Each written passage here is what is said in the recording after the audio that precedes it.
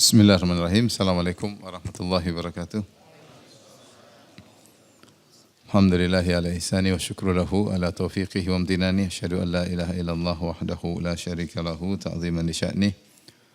Wa asyhadu anna Muhammadan abduhu wa rasuluhu ila ridwanih. Allahumma salli alaihi wa ala alihi wa ashabihi wa ikhwani.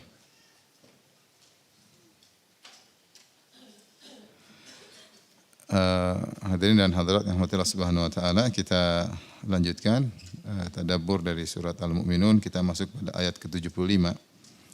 Allah subhanahu wa ta'ala berfirman, walau rahimnahum wa kashafna ma bihim min dhurrin lalajju fi tughyanihim ya'mahun. Andai kata kami kasihani mereka dan kami lenyapkan kemudaratan yang mereka alami, maka mereka akan terus menerus terombang-ambing dalam sikap keterlaluan mereka. Di sini ada kata-kata asing seperti tughyan. Tughyan maksudnya adalah kemaksiatan yang berlebih-lebihan. Ya. Itu kesyirikan dan yang semisalnya. Lalaju maksudnya adalah terus menerus. Lalaju fi tughyanihim. Ya, laju maksudnya terus menerus dalam sikap berlebih-lebihan mereka. Ya'mahun yaitu terombang-ambing kebingungan. Ayat ini ada dua pendapat di kalangan para ahli tafsir. Sebagian berpendapat maksudnya Allah Subhanahu wa taala mengingatkan mereka, yaitu orang musyrikin Arab, tentang azab dunia yang pernah Allah berikan kepada mereka berupa kelaparan, ya, yang lama, karena orang Quraisy pernah mengalami kelaparan sampai mereka melihat seakan-akan di arah langit ada dukhan, sebagaimana dijelaskan dalam tafsir surat Ad-Dukhan, ya. Itu mereka pernah mengalami kelaparan yang luar biasa sehingga mereka kemudian minta belas kasih kepada Nabi Muhammad SAW agar berdoa kepada Allah agar Allah menghilangkan kelaparan yang mereka rasakan, ya. Ini pendapat pertama, ya. Maka Allah jelaskan, seandainya kami hilangkan azab yang mereka rasakan, maka mereka akan kembali lagi bermaksiat, berbuat kesyirikan. Dan itu yang terjadi karena ini sudah merupakan perangai mereka. Ya. Seperti firman Allah dalam surat Ad-Dukhan, inna kashiful adzabi qalilan innakum aidun. Ya. Kami akan menghilangkan azab sebentar, kemudian kalian akan kembali lagi. Jadi pendapat pertama menceritakan ini siksaan dunia atau kesulitan dunia yang mereka hadapi. Kalau mereka dicabut siksaan tersebut, mereka akan kembali lagi. Ini sama seperti yang dialami oleh Fir'aun. Fir'aun, Allah Subhanahu wa taala, ya, memberikan mereka ujian-ujian, tapi mereka kembali lagi, ya. Mereka kembali lagi. Fa-arsalna 'alaihimut tufana wal jarada wal qamari wal dafadi'a wad dama ayatin mufassalat. Ya. Fastakbaru, ya. Kami kirimkan kepada mereka tufan, yaitu ketika Allah kirimkan kepada suku Egypt, Fir'aun dan pengikutnya berupa banjir besar sehingga menghancurkan tanaman-tanaman mereka, karena mereka di antara hasil bumi mereka yang paling besar adalah tanaman, ya, yaitu gandum dan yang semisalnya, kebun-kebun yang sangat banyak mereka miliki. Kemudian mereka bilang sama Nabi Musa, wahai Musa, berdoalah kepada Allah agar menghilangkan ini semua. Kalau hilang kami akan sadar, ya. Nabi Musa berdoa, kemudian hilang, ternyata mereka bilang, ternyata mereka kembali lagi. Allah kirimkan yang lain, ya. Allah kirimkan wal kummal, ya. Allah kirimkan kutu di mana-mana, sehingga kutu di mana-mana mereka minta sama Musa, Musa berdoalah agar kami hilang dari kami dan kami akan sadar kembali. Kemudian Nabi Musa berdoa, ternyata mereka kembali lagi. Jadi ini sudah merupakan perangai, ya. Allah mengatakan dalam surat Al-A'raf 133, fa arsalna 'alaihimut tufana wal jarada wal qummal.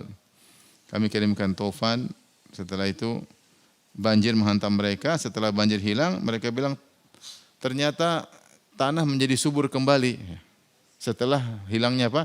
Banjir. Akhirnya mereka tidak sadar, maka mereka semakin kufur kepada Allah Subhanahu wa taala. Padahal mereka sudah berkata dalam Al-Quran, mereka berkata, qalu ya Musa, ud'u lana rabbaka bima ahida indak, la in kashafta anna rijza, kalau kau menghilangkan kesulitan kami, lanu'minanna laka, kami akan beriman kepada engkau. Wala nursilanna ma'aka bani Israil, kami akan lepaskan bani Israel. Ternyata dihilangkan, mereka bilang, lihat tanah subur lagi. Setelah itu mereka tanam lagi. Jadi tumbuh lagi gandum begitu banyak. Kata Allah, wal jarada, kami kirim belalang. Belalang sangat banyak menghabisi tanaman mereka. Mereka berdoa, kemudian bilang sama Musa, wahai Musa, mintakan agar hilang. Kami akan beriman, Allah hilangkan, ternyata mereka kembali lagi. Setelah Allah kirim kutu begitu banyak di tempat tidur mereka, di mana-mana kutu. Mereka bilang, wahai Musa, berdoalah kepada Allah, kalau hilang kami beriman.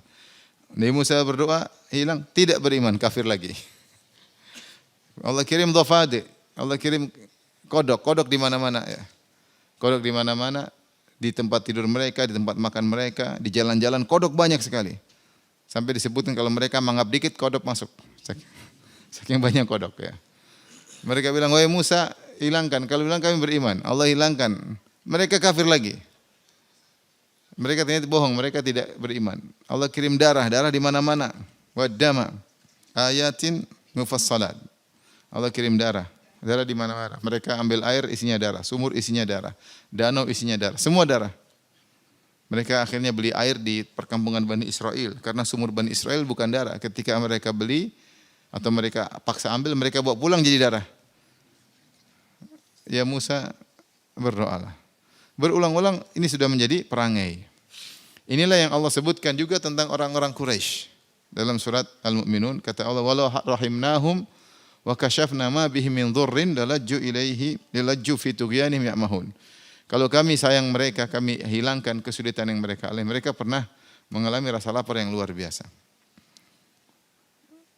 Lalajju fi tughyanihim ya'mahun. Mereka akan terus-menerus tenggelam dalam kesesatan mereka yang berlebihan, ya'mahun, terombang-ambing ya. Ini pendapat pertama dipilih oleh sebagian ulama, ini tentang siksaan dunia. Pendapat kedua yang dipilih oleh Ibnu Katsir rahimahullahu taala,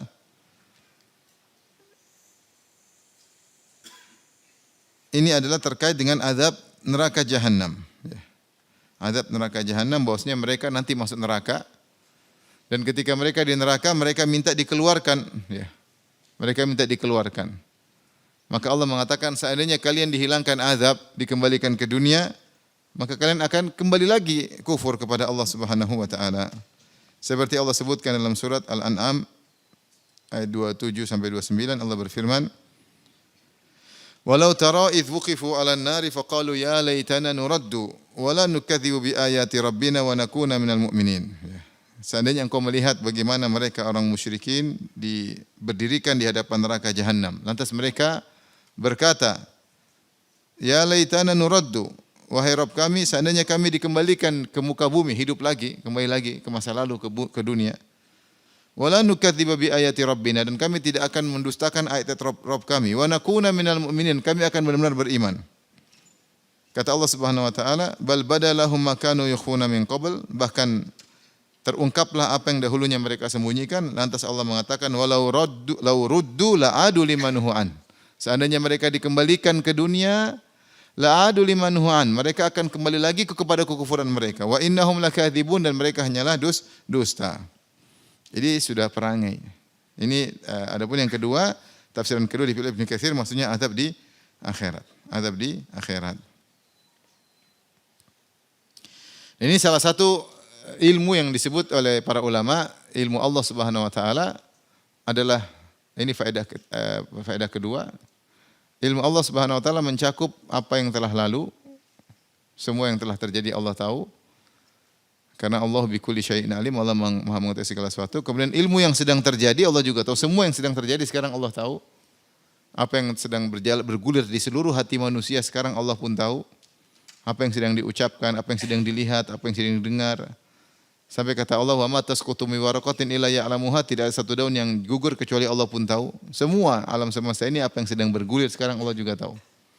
Kemudian apa yang terjadi masa depan Allah juga tahu. Ini ilmu yang ketiga. Jadi yang pertama masa lalu yang sudah terjadi Allah tahu, yang sedang terjadi Allah juga tahu, yang akan terjadi juga Allah juga tahu. Yang keempat ada lagi, apa yang keempat? Kira-kira apa? Yang sudah lalu, pertama yang lalu sudah Allah tahu. Yang kedua yang sedang terjadi Allah juga tahu. Yang ketiga akan terjadi Allah tahu. Yang keempat? Hah? Yang tidak jadi terjadi, kalau jadi bagaimana terjadi? Yang tidak terjadi, seandainya terjadi bagaimana jadi? Seperti Allah walau ruddu, apakah orang musyrikin dikembalikan ke dunia setelah diazab? Tidak kan? Tidak. Berarti tidak terjadi mereka dikembalikan ke dunia. Tapi seandainya kalau mereka dikembalikan dunia, apa yang terjadi Allah pun tahu. Itu maksudnya ilmu yang tidak terjadi, seandainya terjadi seperti apa Allah juga tahu. Dan itu dalam Al-Quran banyak. Seperti ayat ini, walau rahimnahum lakashafna ma bihim min dhurrin laju fi tughyanihim ya'mahun. Seandainya kami selamatkan mereka, kami kembalikan, mereka akan kembali lagi.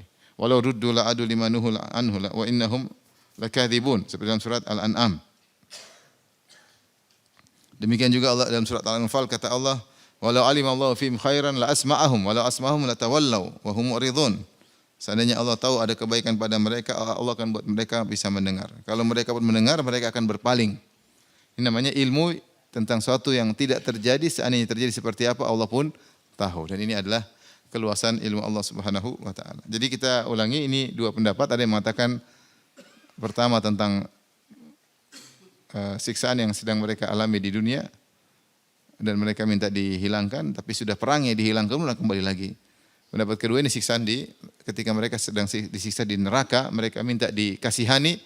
Kata Allah, kalau kami mengasihani kalian pun kembalikan ke dunia, kalian akan kembali lagi. Kembali lagi berbuat apa? Kekufuran. Faham? Ini faedah kedua. Oleh karenanya faedah ketiga, ini salah satu dalil ketika ada orang ateis berkata, kenapa ada orang Allah tidak adil, orang kafir melakukan kafiran mungkin cuma 60 tahun, kenapa diadab abadi selama-lamanya? Kenapa diadab abadi? Kan katanya Allah Maha Adil. Harusnya kalau kafir 60 tahun, siksanya juga berapa tahun? 60 tahun. Di antara bantahan banyak, di antara bantahannya karena Allah menilai kebiasaan. Seandainya mereka hidup abadi, mereka kafir juga abadi. Karena Allah mengatakan lau ruddu la adu limanuhan. Kalau mereka dikembalikan ya mereka begitu lagi. Seandainya mereka hidup abadi, mereka pun akan abadi bermaksiat. Oleh karenanya ya azab mereka abadi. Dan Allah sudah kasih aturan, berbuat baik 60 tahun dapat kenikmatan abadi, berbuat buruk 60 tahun juga dapat siksaan abadi. Allah Maha Adil, tinggal pilih yang mana. Ya. Bukankah sudah dijelaskan? Sudah. Benar atau tidak? Orang ateis ada-ada aja.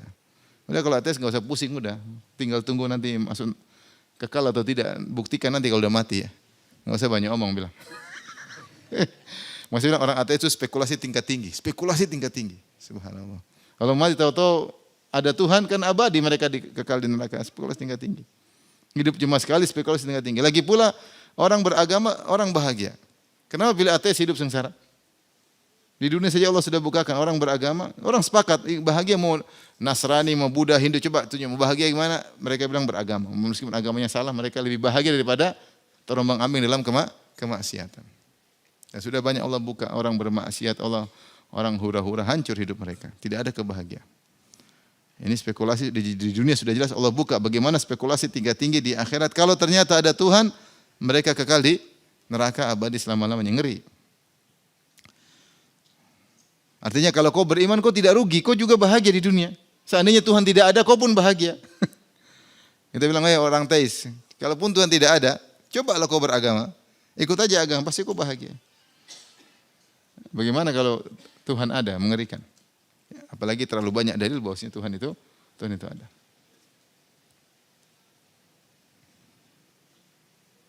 Saya dengar cerita kemarin ada seorang orang alim, sekarang sering muncul di YouTube, ahli tafsir. Dia bilang dia pernah jatuh dalam masa dia ateis. Dia merasa Tuhan itu tidak ada. Sampai saking bingungnya orang kalau tanya, salamin dia sampai bengong. Sampai dia minta bukti, Tuhan kalau kau ada buktikan kau ada. Orang Arab. Namanya Fadil Samirani. Dia banyak Samirai di YouTube banyak. Kalau dia tafsir luar biasa tentang dia ahli bahasa. Dia bilang sampai satu saat saya baca buku tentang sebuah hewan. Saya lupa dia bilang hewan apa. Hewan itu kalau mau punya anak maka dia menyiapkan sarana, dia bertelur kemudian dia mematikan dirinya. Kemudian anaknya pun tidak tahu hewan apa, mungkin hewan air, anaknya lahir. Anaknya tidak pernah lihat ibunya melakukan itu. Bahwasanya kalau mau punya anak prosesnya begini, kemudian menyiapkan sesuatu, kemudian mati, baru kemudian anaknya bisa hidup. Tapi anaknya ini kalau mau melahirkan juga begitu. Timbul pertanyaan dalam dirinya, siapa yang ngajarin anaknya sementara dia tidak pernah lihat ibunya begitu? Dari sananya Allah sudah pasang file. Dan demikianlah hewan-hewan banyak. Lebah kalau lahir langsung dia punya tugas, lebah pekerja, lebah ini meskipun dia tidak pernah lihat bapak mereka kerja. Tapi begitu lahir sudah ahli bikin ini, bikin ahlu, bikin macam-macam. Seandainya kalau manusia suruh belajar susah ya. Kenapa? Karena Allah sudah kasih apa? File dari sana. Berarti ada Tuhan yang kasih file. Dia tidak pernah lihat bapaknya dan ibunya mengerjakan, tidak pernah belajar tahu-tahu. Nah, kita anak bayi aja, anak bayi baru lahir langsung bisa nyusui ibunya. Disuruh lain nggak bisa, suruh main mata nggak bisa. Disuruh apa nggak bisa, tapi suruh nyedot bisa dan dia tahu apa yang disedot. Nggak ada yang ngajar. 1 juta profesor ngajarin dia sesuatu yang lain dia nggak bakalan bisa. Dari mana dia tahu bahwasanya dengan menyedot dia bisa minum? Dia tidak pernah belajar sebelumnya. Siapa yang pasang file? Allah Subhanahu wa taala. Dan banyak dalil. Banyak dalilnya. Ini salah satu faedah bahwasanya ketika orang ateis mengatakan Allah tidak adil, kita bilang enggak, Allah adil. Karena kau kalau hidup abadi pun kau ateis terus. Makanya kau disiksa apa? Abadi. Kalau enggak percaya mati aja. Orang ateis. Ada buku judulnya Limadha Ana Mulhid. Saya baca buku tipis. Kenapa saya jadi mulhid? Saya kenapa ateis? Dia bilang, emang yang bahagia, dia tidak mengingkari, dia realistis. Dia bilang benar orang-orang beriman bahagia. Saya akui. Tapi saya juga bisa bahagia tanpa iman. Terus dia sebutkan, saya juga bahagia, saya juga enjoy, saya kemana. Ujungnya dia bunuh diri. Dia berdusta dia. Saya orang kalau tidak beriman gimana hati, goyang, bingung, bimbang, tidak tahu arah kemana hidup. Tidak ada pegangan. Mana hidup? Mati bunuh diri. Tapi kita lanjutkan firman Allah Subhanahu wa taala ayat berikutnya, walaqad akhadnahum bil adzabi famastakanu li rabbihim ma yatadarrun. Sungguh kami telah pernah menimpakan azab kepada mereka. Ada yang mengatakan inilah azab yang dimaksud, azab di dunia ketika Allah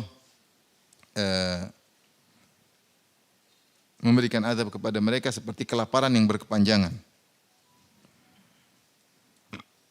Famastakanu rabbihim ma yatadarrun, namun mereka tidak tunduk kepada Allah. Dan mereka juga tidak merendahkan diri. Harusnya orang kalau dikasih azab, mereka kembali kepada Allah. Harusnya demikian. Tapi orang-orang Quraisy tidak. Allah sudah kasih siksaan ketika mereka, Rasulullah sudah berhijrah, mereka masih di Mekah, mereka sengsara, tetapi mereka juga tidak taubat. Allah kasih azab yang lain ketika mereka kalah dalam perang Badar. Apakah mereka sadar? Sadar? Tidak. Mereka famastakanu rabbihim ma yatadarrun. Mereka tidak tunduk kepada Allah. Dan mereka tidak merendahkan diri. Mereka malah ngeyel ingin membunuh Nabi Muhammad untuk diserang pada perang-perang berikutnya. Ini menguatkan bahwa sinilah perangai. Sebagai bukti kami pernah menyiksa di dunia, ternyata mereka tidak sadar. Orang kalau sudah kafir mau diapain juga. Sampai Abu Jahal ketika sudah mau mati dalam perang Badar sudah diinjak oleh Abdullah bin Mas'ud. Sementara dia sudah mau mati nafas terakhir. Ya. Kemudian dia lihat Ibnu Mas'ud, dia masih sombong. Ibnu Mas'ud pernah dia tahu Ibnu Mas'ud seorang Al-Hudhali, ya, Ibnu Mas'ud, Abdullah bin Mas'ud, seorang yang kurus, ya. Pernah didorong oleh Abu Jahal ketika masih di Mekah, penggembala kambing.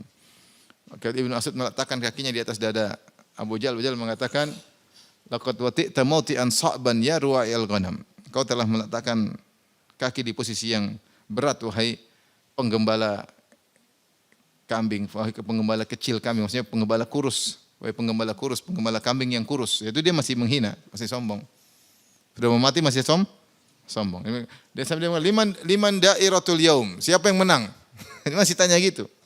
Masih berharap menang, dia sudah mau mati. Susah. Baru dipenggal kepalanya oleh Ibnu Mas'ud.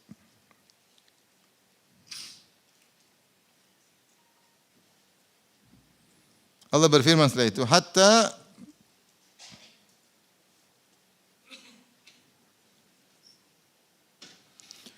idza fatahna alaihim baban dza adzabin syadidin idza hum fihi mublisun.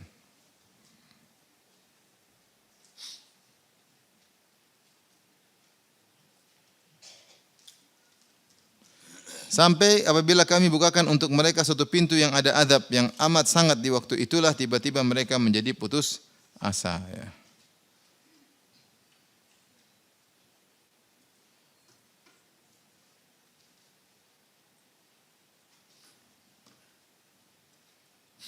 Ibnu Katsir menafsirkan bahwasanya yang dimaksud hatta idza fatahna alim baban dza azab, tatkala bukakan bagi mereka azab yang memiliki pintu yang memiliki adab yang pedih, tiba-tiba mereka putus asa. Yaitu jika telah datang perkara Allah, yaitu datang hari kiamat, ya, kemudian mereka dihadirkan di hadapan Allah Subhanahu wa taala, maka ditampakkan kepada mereka apa yang tidak mereka duga, maka ketika itu hum mublisun, fa idza hum fihi mublisun. Mublisun ablasa yublisu maksudnya adalah puncak dari keputusasaan. Puncak dari keputusasaan. Itu sudah tidak ada harapan lagi sama sekali, harapan sudah pupus. Kapan? Ketika mereka dihadirkan di neraka jahanam, dibukakan pintu ternyata isinya apa? Azab.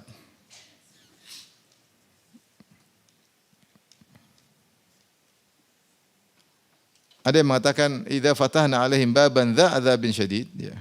Yaitu maknanya secara zahir itu ketika mereka digiring ke neraka jahanam. Siqal ladzina kafaru.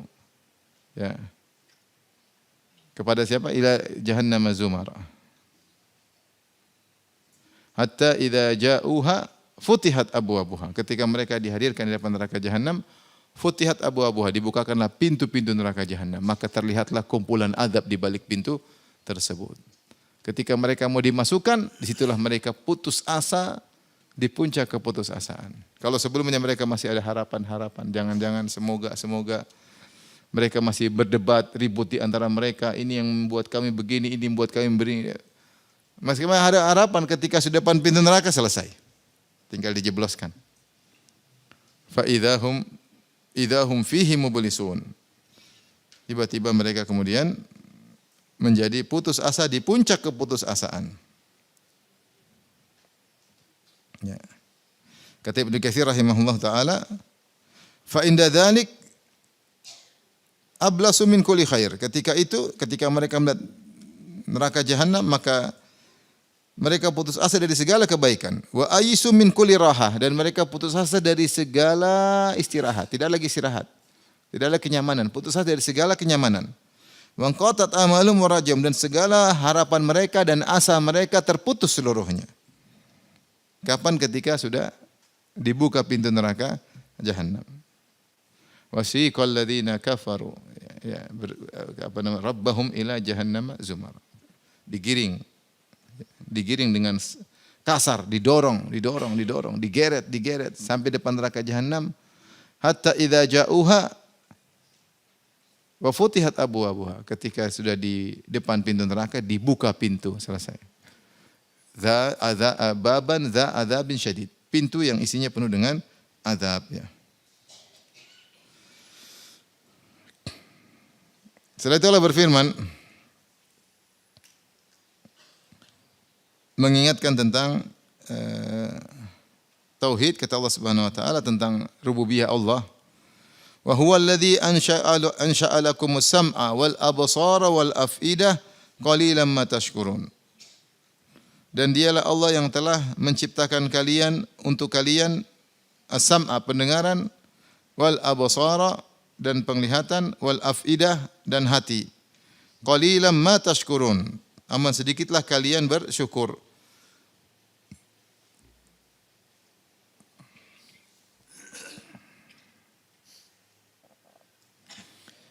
Allah Subhanahu wa taala ya menciptakan kenikmatan-kenikmatan pada kita agar kita syukuri. Di antara kenikmatan yang Allah ciptakan pada kita adalah kenikmatan penglihatan, kenikmatan pendengaran, kenikmatan hati. Kita bisa lihat ada orang lain yang tidak seperti kita. Allah takdirkan ada sebagian orang yang kehilangan sebagian nikmat tersebut agar kita tahu bahwa ini nikmat. Kita tidak lupa. Ada saudara kita yang tidak bisa melihat. Ada yang bisa melihat kemudian jadikan buta.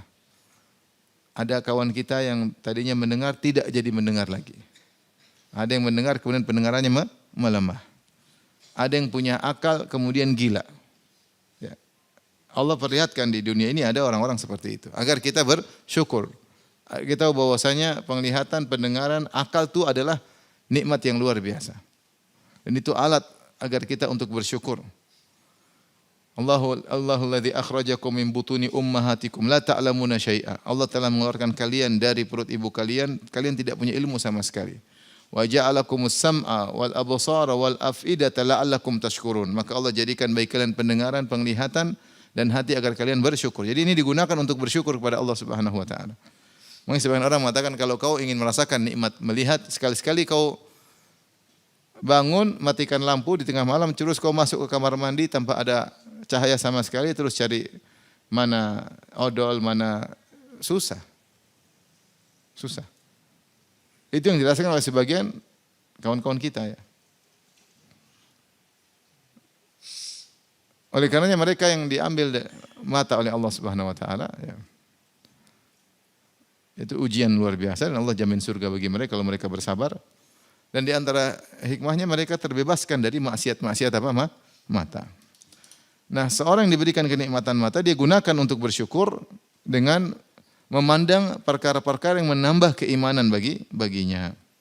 Melihat kekuasaan Allah Subhanahu wa taala, memandang ayat-ayat Allah, memandang Al-Qur'an, memandang buku-buku tafsir, memandang ceramah-ceramah yang buat dia semakin bertambah keimanan.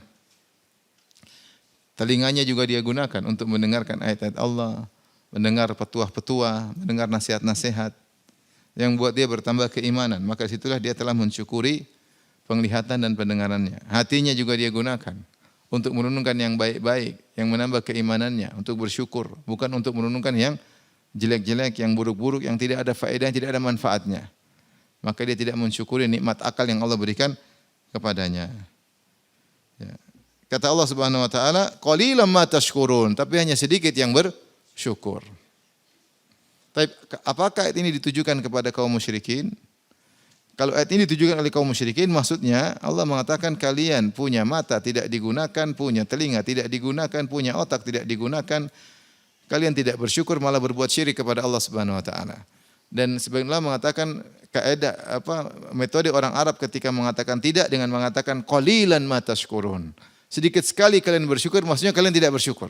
Itu metode orang Arab. Kau ini gini-gini, sedikit sekali kau begini, maksudnya kau tidak melakukan sama sekali. Itu metode orang Arab. Qalilan ma tashkurun, maksudnya sedikit kalian bersyukur, maksudnya kalian tidak bersyukur sama sekali, sehingga kalian bersyukur kepada Allah Subhanahu wa taala. Makanya Allah berfirman, "Walaqad dzara'na li jahannama katsiran minal jinni wal insi lahum qulubun la yafqahuna biha wa lahum a'yunun la yubsiruna biha wa lahum adhanun la yasma'una biha ulaika kal an'am wa lahum adhall ulaika humul ghafilun." Kata Allah Subhanahu wa taala surat Al-A'raf, sungguh kami telah memenuhi neraka jahanam banyak dari kalangan jin dan manusia. Lahum qulubun, mereka punya hati tidak gunakan untuk berfikir. Mereka punya mata tidak digunakan untuk bersyukur melihat ayat-ayat Allah. Mereka punya pendengaran tidak digunakan mendengar ayat-ayat Allah. Mereka itu seperti hewan ternak, bahkan mereka lebih parah. Kalau maksudnya ditujukan kepada kaum musyrikin, maka maksudnya tidak bersyukur sama sekali. Karena ternyata mata, penglihatan dan pendengaran serta hati mereka malah gunakan untuk beribadah kepada selain Allah. Tidak ada syukurnya banget sama sekali. Padahal yang ciptakan Allah Subhanahu wa taala. Seandainya yang ciptakan bukan Allah, ya silakan. Yang ciptakan Allah, maka mereka menyembah kepada yang lain. Ini tidak ada syukurnya sama sekali. Ini pertama. Kalau ditujukan kepada kaum manusia, maka ditinjau dari yang tidak bersyukur lebih banyak daripada yang bersyukur. Manusia, orang Islam berapa persen dibandingkan seluruh manusia? Lebih banyak atau lebih sedikit? Lebih sedikit. Yang menyembah Nabi Isa miliaran, yang menyembah berhala juga miliaran. Yang ateis entah berapa. Maka sangat sedikit yang Islam, yang bersyukur, yang menggunakan mata, pendengaran dan akalnya untuk masuk Islam. Kalau ditujukan kepada secara umum orang Islam atau manusia kaum mukminin, maka sedikit juga yang bersyukur. Banyak orang yang menggunakan pandangan untuk maksiat, banyak orang menggunakan penglihatan, pendengaran untuk maksiat, hatinya untuk maksiat. Qalilan ma tashkurun. Ini peringatan bagi kita semua bahwasanya pendengaran, penglihatan dan hati diciptakan untuk sarana kita bersyukur.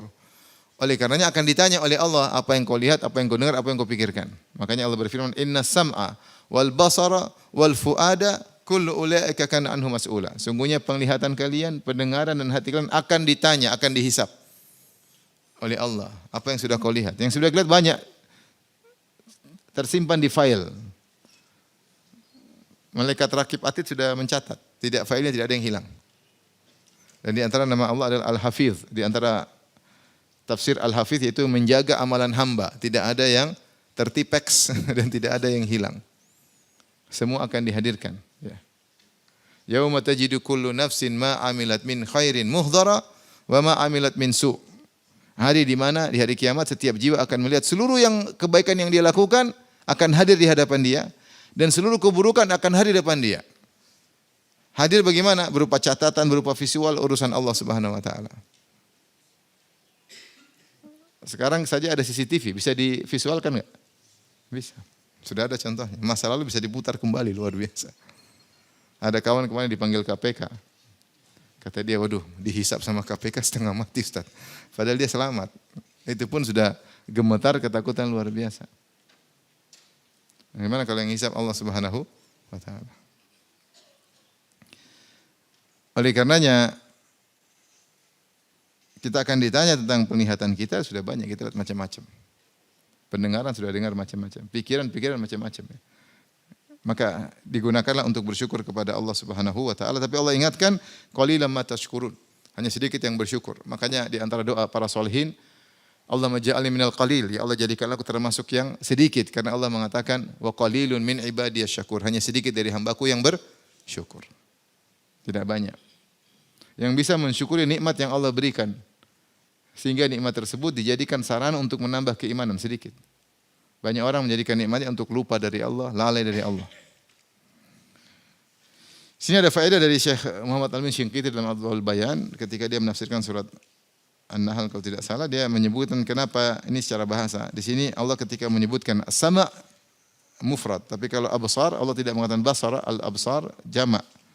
Al-afidah juga Allah tidak mengatakan fuad, al-afidah juga jamak. Kenapa sama mufrad, al-absar wal afidah ternyata jamak? Kata beliau ada beberapa pendapat, namun di antaranya as-sama adalah asalnya masdar dari sami asma'u. Ketika masdar dijadikan kata benda jadi ism, maka dia datang dalam bentuk mufrad muzakkar. Mufrad muzakkar. Berbeda dengan absar dan al-afidah, ini bukan masdar. Antum tidak ngerti kan?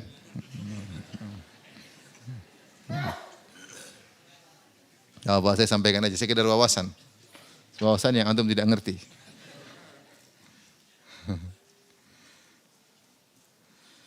Baik, kita lanjutkan ayat berikutnya. Wa huwa alladzi dzara'akum fil ardi wa ilaihi tuhsyarun.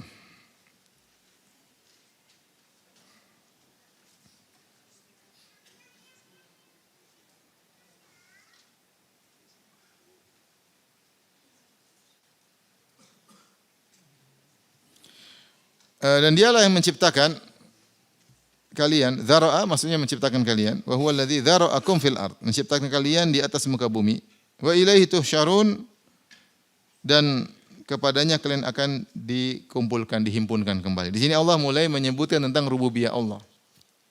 Bahwasanya semua yang alam semesta ini yang kasih Allah Subhanahu wa taala. Semua nikmat yang kalian rasakan dari Allah Subhanahu wa taala. Maka yang harus diibadahi harusnya cuma Allah semata. Makanya ketika Rasulullah ditanya tentang ayu dzambi a'zam, dosa apa yang paling besar? Maka Rasulullah mengatakan anta ja'ala lillahi niddan wa huwa khalaqak. Engkau mengambil tandingan bagi Allah, yaitu kau ikut menyembah Dia, padahal yang ciptakan kamu cuma Allah. Dan itu sangat logis. Seandainya yang ciptakan kita dua zat, Allah dan zat yang lain, maka zat lain tersebut berhak untuk kita ibadahi. Seandainya yang berikan pendengaran kita adalah Allah dan zat lain, maka zat lain tersebut hendaknya kita ibadahi sebagai bentuk syukur karena Dia punya andil dalam penciptaan kita. Seandainya menciptakan langit dan bumi adalah tiga zat, kita sembah tiga-tiganya. Karena tiga-tiganya punya andil dalam penciptaan langit dan bumi, sarana kita untuk hidup. Tetapi ketika yang menciptakan semuanya hanya satu, yaitu Allah semata, maka yang berhak disembah cuma siapa? Allah Subhanahu wa taala. Ini logika sederhana. Maka Allah ingatkan, wa huwal ladzi dzara'akum fil ard. Dan dialah yang telah menempatkan dan membuat kalian, menciptakan dan mengembangbiakkan kalian di bumi dengan cara pernikahan, anak beranak ya. Ya. Itu namanya zara'a. Zara'a itu menciptakan kemudian membiarkan kalian berkembang biak. Seperti Allah berfirman, wa minhuma rijalan katsiran wa nisaa. Maka Allah keluarkan dari Adam dan Hawa banyak lelaki dan banyak wanita. Ya. Allah juga berfirman, "Tsumma idza antum basyarun tantashirun." Tiba-tiba kalian dari dua, cuma Adam dan Hawa, tiba-tiba menjadi manusia yang bertebaran banyak. Asalnya cuma berapa? Dua orang, Adam dan Hawa. Dan ini menunjukkan bahwasanya semua adalah ciptaan Allah. Allah yang ciptakan buminya, Allah yang menciptakan kalian, menciptakan nenek moyang kalian, dan Allah yang membiarkan kalian berkembang biak di atas muka bumi. Setelah Allah mengingatkan, wa ilaihi tuhsyarun, karena Dia yang menciptakan kalian, maka kepadanya pula kalian akan dihimpun, dikembalikan. Kembalikan kepada yang mencipta. Logis. Ya.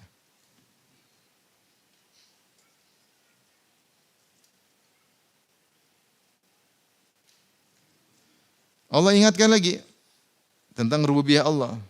Saya ulangi, rububiyah itu maksudnya penciptaan, pengaturan, ya, kepemilikan, itulah disebut dengan apa? Rabb.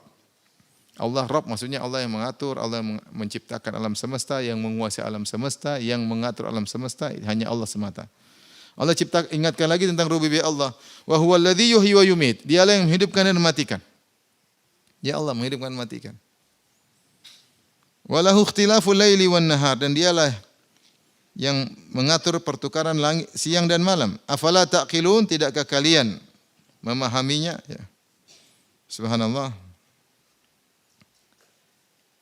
Allah yang ya,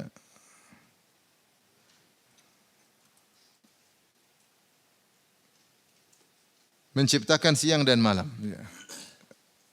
Yatlubu hasitha, siang mengejar malam, malam mengejar siang. Tidak pernah bercampur siang dan malam, dan juga tidak pernah terpisah, ada jeda.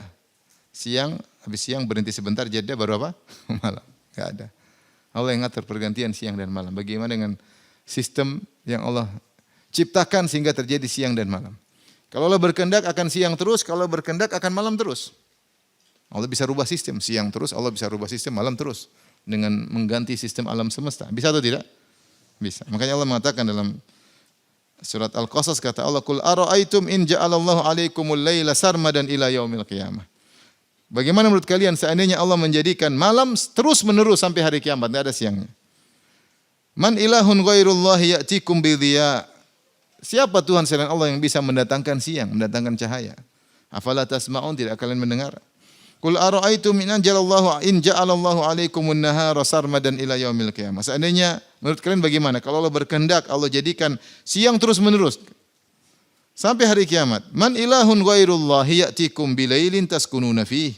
Siapa Tuhan selain Allah yang bisa mendatangkan malam yang buat kalian istirahat di malam hari? Afala tubsirun, tidakkah kalian melihat? Wa min rahmatihi ja'ala lakumul laila wan nahar. Dan di antara kasih sayang Allah, Allah menjadikan bagi kalian siang dan malam. Litaskunu fihi, agar kalian bisa tenang di malam hari. Walitabtagu min fadli, dan siang hari kalian bisa mencari nafkah. Wala'allakum tashkurun, semoga kalian bersyukur. Jadi hikmah. Allah disebut dengan, kalau kita bilang di antara tanda-tanda, ini dibahas oleh para ulama tentang bukti-bukti adanya Tuhan. Ada disebutnya dalil inayah. Dalil inayah itu dalil perhatian Allah terhadap manusia, yaitu kalau kita perhatikan semua yang Allah ciptakan untuk kepentingan manusia. Allah ciptakan ada matahari, ada rembulan, ada bintang-bintang, matahari pada orbitnya, rembulan pada orbitnya. Kata Allah, ta'lamu ada desini wal hisab, agar kalian bisa menghitung hari, menghitung bulan, bisa tahu arah. Wa bin najmi hum yahtadun, dengan bintang-bintang kalian mereka bisa mendapat petunjuk. Allah ciptakan juga hewan-hewan yang untuk tunduk kepada kita. Allah ciptakan Contoh ya, Allah ciptakan onta. Onta itu kan kuat atau tidak? Kalau tendang kita mati enggak? Mati, tapi ternyata tunduk. Wa sakharnaha lahum. Kami tundukkan onta-onta buat kalian. Itu jadi ini namanya inayah, perhatian Allah kepada manusia. Semua yang Allah ciptakan untuk manusia. Pusat objek perhatian adalah manusia. Sampai Allah ciptakan kucing mudah untuk kita senangi. Padahal kucing itu sangar atau tidak? Sangar kalau dia. Tapi ternyata kalau ketemu manusia dia baik ya. Kita lihat tentang misalnya isi perut bumi. Allah ciptakan ada namanya minyak bumi. Allah ciptakan. Nanti lama-lama Allah ciptakan bahan baterai. Dibuka sedikit demi sedikit. Teknologi dibuka demi sedikit. Kita perhatikan semuanya perhatiannya. Oksigen di atas muka bumi ukurannya pas untuk kehidupan manusia. Di planet lain ada oksigen tapi terlalu tinggi, bisa terjadi ledakan, nggak bisa. Jadi semua ini menunjukkan perhatian Allah kepada manusia. Benar atau tidak? Benar. Allah ciptakan siang dan malam, Allah bilang malam supaya kalian bisa istirahat, siang bisa kerja. Ada Tuhan yang mengatur. Allah bisa saja merubah sistem alam semesta, bisa kata Allah. Kalau sekalian berkehendak saya rubah malam terus bisa, tapi kalian nggak bisa apa-apa. Tidur melulu, gemoy-gemoy akhirnya. Kolesterol kemudian terus mati, selesai. Kalau siang terus stres, nggak ada tempat istirahat. Nggak nyaman hidup. Maka ini Allah mengatakan, afala ta'qilun, tidakkah kalian berfikir? Siapa yang hidupkan, siapa yang mematikan? Siapa yang menyiapkan sarana prasarana? Menjadikan bumi, Allah hamparan bumi. Ada tempat tinggal, ada lautnya, ada ikannya, luar biasa. Ada gunungnya, ada indah, ada macam-macam. Macam-macam. Tapi setelah Allah menciptakan semuanya, kata Allah, bal qalu mithla ma qala al-awwalun.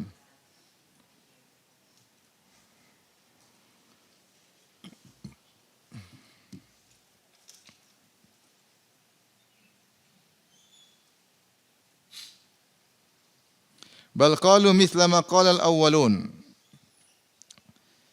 Sebenarnya mereka mengucapkan perkataan yang serupa, bahkan mereka mengucapkan perkataan yang serupa dengan perkataan yang diucapkan oleh orang-orang pertama, yaitu yang menolak adanya hari kiamat. Apa yang diucapkan Quraisy itu sebenarnya sama dengan diucapkan oleh nenek moyang mereka atau orang-orang sebelumnya. Mereka hanya taklid buta, tanpa berfikir, tanpa merenungkan. Qalu a idza mitna wa kunna turaban wa idzaman a inna lamab'utsun. Mereka berkata, apakah kami kalau sudah telah mati, kami sudah mati, dan kami sudah menjadi tanah dan tulang belulang, sudah terlumatkan, a inna lamab'utsun, apa kita akan dibangkitkan kembali? Menurut mereka tidak masuk akal. Laqad wu'idna nahnu wa aba'una hadza min qabl. Sungguh kami dan nenek moyang kami telah diberi ancaman ini sebelumnya, bukan cuma kami saja. Nenek moyang kami sebelumnya sudah diancam-ancam. Namun enggak ada buktinya, tidak ada hari kebangkitan. In hadza illa asatirul awwalin. Ini hanyalah dongeng-dongeng orang terdahulu. Subhanallah. Jadi mereka mendustakan Rasulullah sallallahu alaihi wasallam, mengingkari hari kebangkitan, kata mereka enggak masuk akal. Bagaimana kami sudah menjadi tulang, menjadi tanah, lumat, terus bisa dibangkitkan kembali. Dan ini dalam Al-Quran banyak. Seperti dalam surat Yasin mereka mengatakan, man yuhyil idhama wa hiya ramim. Siapa yang bisa menghidupkan lagi tulang-tulang padahal sudah hancur, lebur. Demikian juga pernyataan mereka, wa man nahnu bimab'utsin, kami tidak bakalan dibangkitkan. Mereka juga berkata, wa man nahnu bimunsyarin, kami tidak akan dikumpulkan, tidak akan dibangkitkan. Aidza kunna idzaman nakhira qalu tilka idzan karratun khasira. Kami sudah tulang, gimana mau bisa dibangkitkan? Jadi ini mereka mengatakan ini omong kosong. Asatirul itu dongeng, tidak ada benarnya, cuma fiktif. Cerita apa? Fiktif. Seperti orang tua cerita sama anaknya cerita dongeng. Hari kebangkitan enggak masuk akal karena enggak logis. Bagaimana tulang kemudian bisa tumbuh lagi apa? Daging kemudian hidup lagi, itu enggak masuk akal. Nyawa kembali lagi kemudian hidup lagi normal, tidak masuk akal. Ini antara perkara yang menjadi pembahasan utama Al-Quran, yaitu menetapkan adanya hari kebangkitan karena orang musyrikin Arab dahulu menolak adanya hari kebangkitan. Kemudian Allah Subhanahu wa taala membantah mereka dalam banyak ayat. Di antaranya yang sudah Allah isyaratkan sebelumnya. Yaitu Allah mengatakan, "Qul huwallazi dzara'akum fil ardi wa ilaihi tuhsyarun."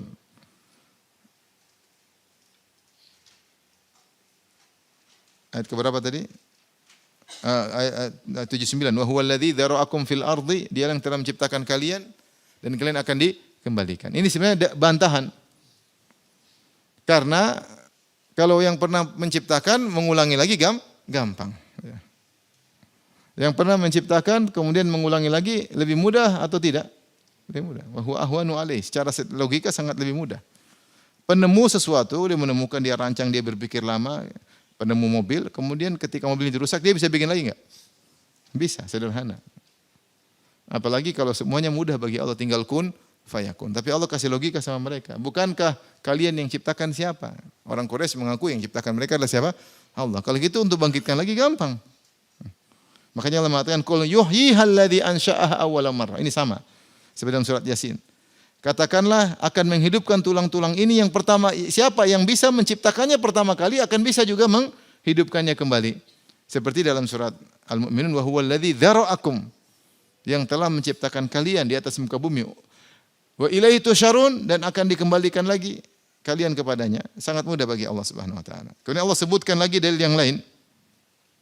Seperti tadi saya katakan, Allah berfirman, "Qul wa huwal ladzi yabda'ul khalqa tsumma yu'iduh." Dialah Allah yang memulai penciptaan kemudian mengulanginya kembali. Makanya hari kebangkitan disebut dengan i'adah.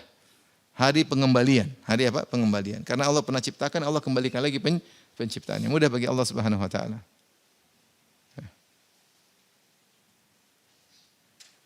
Inna batasya rabbika lasyadid, innahu huwa yubdi'u wa yu'id. Sungguhnya siksaan Rabbmu sangat keras, dialah yang memulai dan dia yang mengembalikan. Taib. Demikian juga Allah berfirman, "Ya ayuhan nasu in kuntum fi raibin minal ba'tsi fa inna khalaqnakum min turab." Wahai manusia, jika kalian ragu tentang hari kebangkitan, ingatlah kami menciptakan dari tanah. Yang ciptakan kalian kami, untuk mengembalikan lagi mudah. Ya, mengembalikan kalian juga sangat mudah. Taib, setelah itu makanya Allah mengatakan, Allah yang menciptakan mereka, Allah yang menghidupkan, mematikan, Allah menjadikan siang dan malam, tapi mereka malah ngeyel, mereka berkata seperti perkataan orang-orang sebelumnya, apakah kami sudah mati dan jadi tulang akan dibangkitkan kembali? Sungguh kami dan nenek moyang kami sudah ditakut-takutin namun tidak ada buktinya. Bantahannya sudah berlalu tadi. Kemudian Allah bawakan bantahan yang lain, kata Allah Subhanahu wa taala, "Qul limanil ardu wa man fiha in kuntum ta'lamun." Ya. Allah berkata, kepunyaan siapakah bumi dan ini semua yang ada padanya? Di bumi ini milik siapa? Semua bumi milik siapa? In kuntum ta'lamun. Jika kalian benar-benar mengetahui. Sayaquluna lillah. Mereka akan berkata adalah Allah Subhanahu wa taala. Ya. Bumi milik Allah, kalian milik Allah. Yang mengatur bumi Allah, yang mengatur kalian juga Allah. Maka Allah mengembalikan kalian mudah. Dan seharusnya hanya Allah yang diibadahi. Ini dalil rububiyah untuk tauhid. Kalau kalian mengakui bumi milik Allah, kalian milik Allah, harusnya yang diibadahi cuma siapa? Allah Subhanahu wa taala. Sayaquluna lillah, mereka berkata Allah, milik Allah. Dan ini dalil bahwasanya orang musyrikin Arab mengakui adanya Allah, mengakui pencipta hanyalah siapa? Allah. Makanya banyak orang musyrikin namanya Abdullah. Dan mereka juga berhaji, mereka juga berumrah. Mereka juga bernadar karena Allah Subhanahu wa taala. Cuma mereka musyrik. Mereka juga ketika bertalbiyah mereka mengatakan labbaik Allahumma labbaik labbaik la syarika laka labbaik laka labbaik illa syarikan huwa lak tamliku wa ma malak. Ya Allah, kami penuhi panggilan-Mu ya Allah, labbaik la syarika laka labbaik, tidak ada sekutu bagimu, illa syarikan huwa lak, kecuali sekutu yang itu milikmu di bawah kepemilikanmu, tamliku wa malak, engkau menguasai dan tidak menguasai apa-apa. Itu apa yang kami sembah ini hanyalah perwakilanmu atau sekutumu yang kau izinkan. Seakan-akan mereka berkata, ya Allah, tidak ada sekutu untuk disyirikan kepadamu kecuali sekutu yang kau izinkan. Ngeri. Tapi mereka mengakui tamliku wa malak, kau menguasai sekutu tersebut dan dia tidak menguasai apa-apa. Itu mereka mengakui rububiyah. Makanya mereka ketika ditanya, milik bumi ini milik siapa? Mereka tidak bilang milik Allah dan milik Lata, Uzza, Manat, tidak. Mereka bilang hanya milik siapa? Allah. Sayaquluna lillah. Qul afala tadhakkarun, tidakkah kalian ingat? Qul man rabbus samawati sab'i wa rabbul arsyil azim. Katakanlah kepada mereka wahai Muhammad, siapakah pemilik, pengatur dan penguasa langit yang tujuh lapis dan juga arsy yang agung? Siapa yang menguasainya? Sayaquluna lillah, mereka berkata Allah. Pemiliknya adalah Allah. Qul afala tattaqun, tidakkah kalian bertakwa? Masih syirik juga. Qul man biyadihi malakutu kulli syai'i wa huwa yujiru wa la yujaru alaihi in kuntum ta'lamun. Katakanlah kepada mereka, siapakah yang di tangannya malakut, yaitu perbendaharaan segala sesuatu. Malakut maknanya sama dengan mulku, yaitu kekerajaan. Cuma untuk mubalaghah ditambah wow jadi malakut. Malakut maknanya mulku. Yang tahu bahasa Arab ya. Malakutu kulli syai'in, dan milik siapakah perbendaharaan alam semesta seluruhnya, kekuasaan ini. Wa huwa yujiru, dan dia bisa melindungi. Wala yujaru alaih, dan tidak ada yang bisa selamat, bisa melindungi dari siksaannya. Dia bisa melindungi dan tidak ada yang bisa melindungi dari siksaannya. In kuntum ta'lamun, jika kalian benar-benar mengetahui. Sayaquluna lillah, mereka dengan spontan mengatakan semuanya adalah milik Allah, langit yang bumi, arsy yang agung.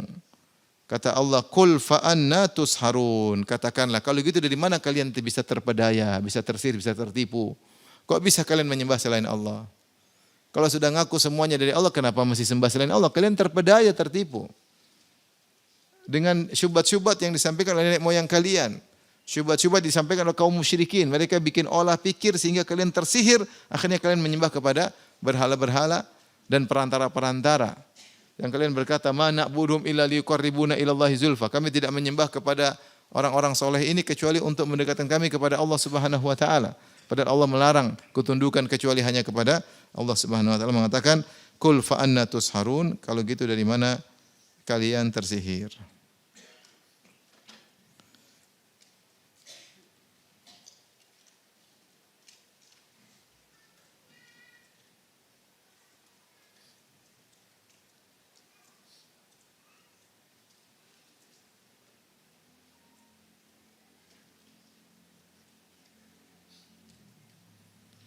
Allah Subhanahu wa taala berfirman, bal atainahum bil haqq wa innahum lakadzibun.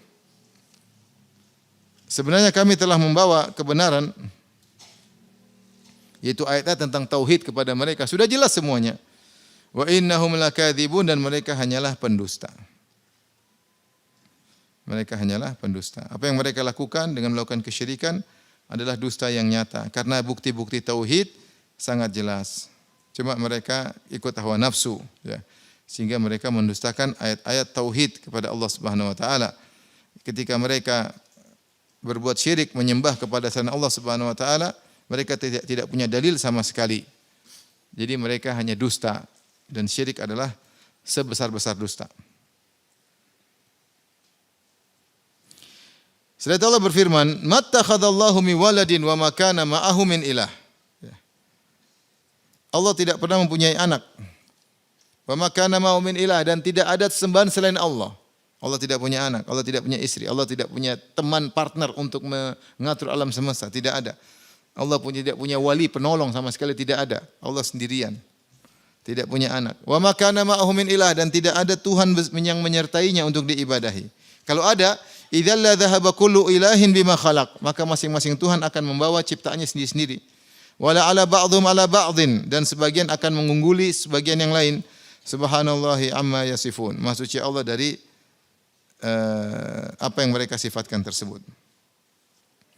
Taib. Ibnu Katsir menjelaskan ayat ini, lihat perhatikan ayat ke-91. Allah bilang, wa ma kana ma'ahu min ilah. Kalau ada Tuhan selain Allah, apa yang akan terjadi? Ada pencipta selain Allah. Kata Allah, idzan la dhahaba kullu ilahin bima khalaq. Maka masing-masing Tuhan akan sibuk dengan ciptaannya masing-masing, punya kerajaan. Ada Tuhan tiga, berarti ada tiga apa? Kerajaan. Ini pertama. Yang kedua, kalau sudah ada tiga kerajaan, taruhlah Tuhan ada tiga atau empat, ada empat, masih akan ada empat kerajaan. Masing-masing sibuk bisa mencipta. Masing-masing punya ciptaan sendiri-sendiri, empat. Ternyata tidak diam situ, namanya Tuhan. Dia ingin yang benar-benar Tuhan sempurna, dia yang mengungguli. Maka pasti akan saling perang. Wala ala ba'dhum ala ba'd, maka sebagian akan mengalahkan yang lain. Kalau ada Tuhan selain Allah. Kenyataannya ternyata alam semesta terjadi dengan berjalan dengan nyaman, teratur, berarti tidak ada Tuhan kecuali cuma satu.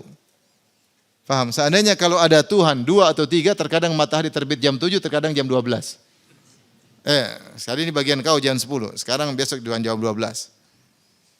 Ada doa sama Tuhan yang Tuhan, saya puasa capek.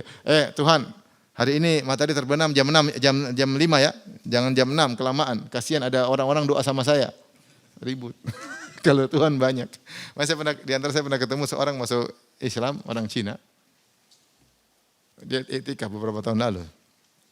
Pas itikaf, jadi saya masuk Islam. Kenapa? Saya berpikir kalau Tuhan 3, padahal di alam semesta ini banyak sekali keputusan harus dikerjakan. Terus merundingkannya bagaimana Ustaz? Dia pikir-pikir, akhirnya dia masuk Islam. Pikir masuk Islam. Kalau Tuhan banyak ada perundingan. Dan kalau Tuhan banyak pasti ada perubahan-perubahan. Pasti ada ketidakberesan dari alam semesta. Mungkin ada perang di antara Tuhan. Sementara Allah berfirman, "Ma tara fi khalqir rahmani min tafawut." Kau tidak melihat ada kepincangan dalam ciptaan Allah. Langit tidak ada yang bengkok-bengkok, semuanya sempurna. Kalau seandainya mereka berselisih pasti ada keributan. Maka ini dalil bahwasanya Allah Maha Esa. Subhanallahi amma yasifun. Maha suci Allah dari kesyirikan yang mereka sifatkan kepada Allah, yang mengatakan ada Allah punya anak laki-laki seperti Nabi Isa atau Uzair, anak perempuan seperti malaikat-malaikat, mereka katakan banatullah. Ya. Atau mereka mengatakan Allah punya pasangan, punya partner, ya. Ini semua tidak benar. Ini adalah kesyirikan yang tidak pantas bagi Allah Subhanahu wa taala. Makanya Allah mengatakan subhanallahi amma yasifun. Maha suci Allah dari sifat-sifat yang mereka sematkan kepada Allah, sifat-sifat yang buruk. Lihat ayat sebelumnya, seakan-akan Allah kasih logika, kamu kalau menyembah, harusnya ada Tuhan yang seperti saya. Yang menciptakan langit, menciptakan bumi, yang menghidupkan, yang mematikan, yang memiliki arsy yang agung. Kalau ada Tuhan seperti itu, sembah aja. Adapun Tuhan yang kau sembah, orang udah mati dalam kuburan, kau minta-mintain. Ini gimana sih, Tuhan apa seperti itu? Ada yang kau sembah adalah seorang nabi yang kelaparan, yang haus, yang tidur, yang dikejar-kejar. Bagaimana? Yang tidak menciptakan apa kok disembah? Afala ta'qilun, tidak kalian berpikir? Kalau ada Tuhan seperti saya sembah. Yang kalian sembah siapa? Orang mati kalian datang-datang minta-minta. Wali, ya wali, ya wali, ya wali. Nangis-nangis. Berdoa kepadanya di kuburan lebih khusyuk daripada di masjid. Kalau berdoa kepada Allah tidak sekhusyuk ketika meminta kepada wali tersebut. Mengerikan. Siapa lagi disembah? Disembah Nabi Isa, Nabi manusia biasa. Nabi Muhammad juga tidak berhak disembah. Terluka ketika perang Uhud. Sakit tidak bisa sembuhkan diri sendiri. Waktunya meninggal juga meninggal. Mau disembah gimana? Bisa menciptakan apa? Enggak ada yang dia ciptakan. Yang berhak disembah adalah Tuhan yang memiliki segalanya. Maka orang yang berbuat syirik adalah orang-orang yang berbuat zalim, ya, dan pendusta ketika mengatakan ada yang berhak disembah selain Allah Subhanahu wa taala. Kata Allah Subhanahu wa taala, "Wa innahum lakadzibun bal atainahum bil haqq," dan kami telah mendatangkan kebenaran bagi mereka, itu dalil tauhid. Wa innahum lakadzibun, mereka hanyalah pendusta. Wallahu ta'ala alam bisawab. Insyaallah kita lanjutkan pada pertemuan berikutnya dari ayat 90 dan seterusnya. Ada yang bertanya, saya persilahkan.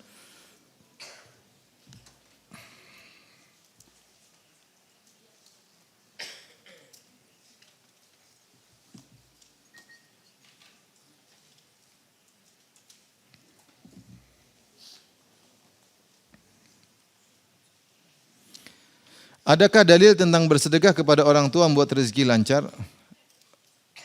Dalilnya jelas, kata Allah, kata Nabi sallallahu alaihi wasallam, "Man ahabba an yubsata lahu fi rizqihi wa yunsa'a lahu fi athari falyasil rahimah." Siapa yang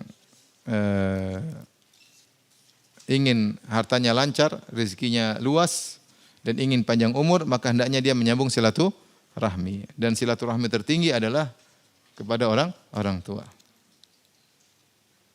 Ini yang pertama. Yang kedua, Allah berfirman, "La in syakartum la azidannakum." Kalau kalian bersyukur kepadaku, aku akan apa?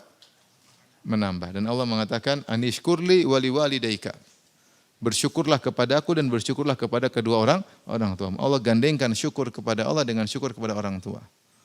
Dan menunjukkan syukur kepada orang tua, syukur yang sangat agung. Dan Allah telah berjanji, la in syakartum, kalau kalian bersyukur, la azidannakum. Maka aku akan memberi tambahan. Benar-benar aku akan beri tambahan. Oleh karenanya, kenyataan membuktikan orang yang berbakti pada orang tua, dia sukses. Apapun dirinya. Kalau dia pedagang sukses. Kalau dia pejabat yang sukses. Bahkan kalau dia olahragawan yang sukses. Kalau dia ustadz, insya Allah ustadz yang sukses. Rata-rata demikian. Ini kenyataan yang ada dan benar sabda Nabi SAW. Siapa yang ingin lapang rezekinya, dipanjangkan umurnya, maka sambung silaturahmi diantaranya kepada kedua orang tuanya. Tapi ingat, kalau seorang berbuat baik kepada orang tua, jangan niat ini mendominasi, tetap niat akhirat. Tetap niat apa? Akhirat. Mendompleng niat ini boleh, tapi jangan mendominasi. Enggak usah antum niatkan biar kaya, biar panjang umur pun otomatis. Seandainya antum tidak niatkan, saya cuma niat berbakti sama orang tua karena Allah, itu sudah otomatis meskipun tidak diniatkan. Paham? Oleh karena lebih baik tidak usah diniatkan. Kalau diniatkan boleh, karena Rasulullah mengiming-iming. Yang kalau pingin silakan.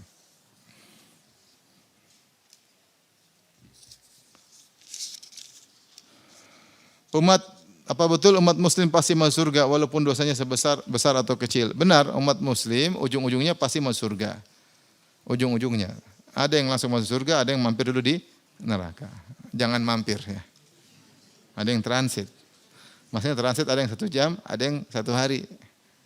Ada yang bandaranya dibom, transitnya 5 hari. Ya itu repot. Tapi kalau ujung masuk surga iya, karena jika tidak kafir maka akan masuk surga. Tapi kalau murtad maka kekal di neraka selama-lamanya. Ustadz izin bertanya, saya suami belum mengucapkan talak ke istri saya. Apa bisa saya mengajukan langsung ke pengadilan?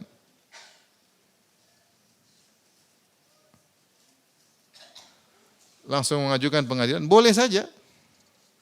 Sebenarnya tidak usah pengadilan. Dia bilang, kamu saya cerai, jatuh cerai. Pengadilan itu hanya untuk resmi-resmi aja. Kalau hukum syar'i kita bilang, istriku kamu saya cerai, selesai jatuh talak. Kamu saya talak 1. Pastikan kalau mau talak istri dalam kondisi suci, belum digauli. Jangan tadi pagi digauli terus siangnya kamu saya cerai, enggak boleh. Dosa.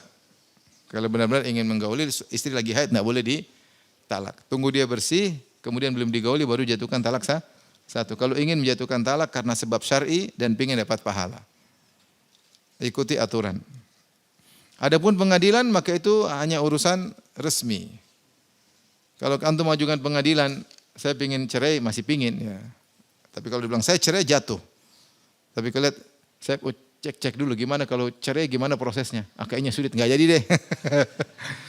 Tapi intinya pengadilan itu hanyalah resmi-resminya saja. Kalau kita cerai nggak perlu pengadilan. Apakah sering lalai dalam sholat, apalagi sholat subuh termasuk azab dari Allah? Ibadah lain tetap baik, hidup tetap nikmat, sudah diusahakan tapi terasa berat. Usahakan aja terus. Insya Allah enggak berat. Bangun sholat subuh pasti bisa, jika ditolong oleh Allah. Kenapa saya bilang pasti bisa? Karena antum kalau ada jadwal pesawat jam 5, antum pasti bangun sebelum subuh. Apalagi penerbangan internasional. Pasti antum bangun. Kalau pesawat jam 7, antum pasti bangun jam 4. Kenapa kalau azan subuh antum enggak bisa bangun? Makanya bohong. Bisa, kalau antum paksa bisa. Pasang alarm berapa kayak, dan itu menjadi kebiasaan. Kalau sudah bisa bangun seminggu berturut-turut jadi kebiasaan. Manusia ini badannya luar biasa, bisa terprogram. Benar atau tidak? Benar, bisa diprogram sehingga jadi kebiasaan. Antum kalau enggak biasa makan pagi, enggak makan pagi. Banyak orang gitu. Lapar Ustaz, coba enggak makan pagi 3 hari. Hari keempat sudah tidak lapar. Cacingnya sudah terbiasa enggak dikasih makan. Dia sudah beradaptasi. Allah ciptakan tubuh kita yang luar biasa. Ustaz, mohon nasihatnya bagi saya saat ini malas untuk bekerja. Apakah itu bagian dari godaan syaitan atau turunnya keimanan saya karena rasa sulit keluar dari trauma sebelumnya? Syukran Ustaz. Kita kerja niatnya baik untuk menjaga diri kita, untuk tidak minta-minta sama orang agar punya rasa kehormatan. Kalau kita nggak kerja, minta-minta sama orang, dihina orang, direndahkan. Makanya ketika Rasulullah mengatakan, in kharaja yas'a liyu'aifa nafsahu fahuwa fi sabilillah. Kalau anak muda ini keluar kerja untuk menjaga harga dirinya, maka dia fi sabilillah. Dia fi sabilillah. Makanya malas kerja diniatkan karena kerja dapat pahala. Berusaha aja, berusaha. Tidak semua yang terjadi sebelumnya belum tentu terulang lagi. Apa yang kegagalan yang pernah kita rasakan itu pelajaran. Jangan terjatuh ke lubang yang sama kedua kali. Itu di antara hikmah Allah. Allah menjadikan seorang sukses dengan gagal sebelumnya. Sehingga dia tahu titik kesalahannya, titik kekurangannya. Agar tidak terulang lagi, itu Allah siapkan kesuksesan yang lebih besar daripada sebelumnya. Maka seorang jangan malas ya. Kalau dia masih bujang, rezekinya dia bisa bagi orang tuanya, bisa bagi kakak adiknya. Kalau dia punya keluarga, wajib bagi dia untuk menafkahi anak istri. Tapi demikian saja kajian kita. Sudah Ibu ya? Demikian wabillahi taufiq. Assalamualaikum warahmatullahi wabarakatuh.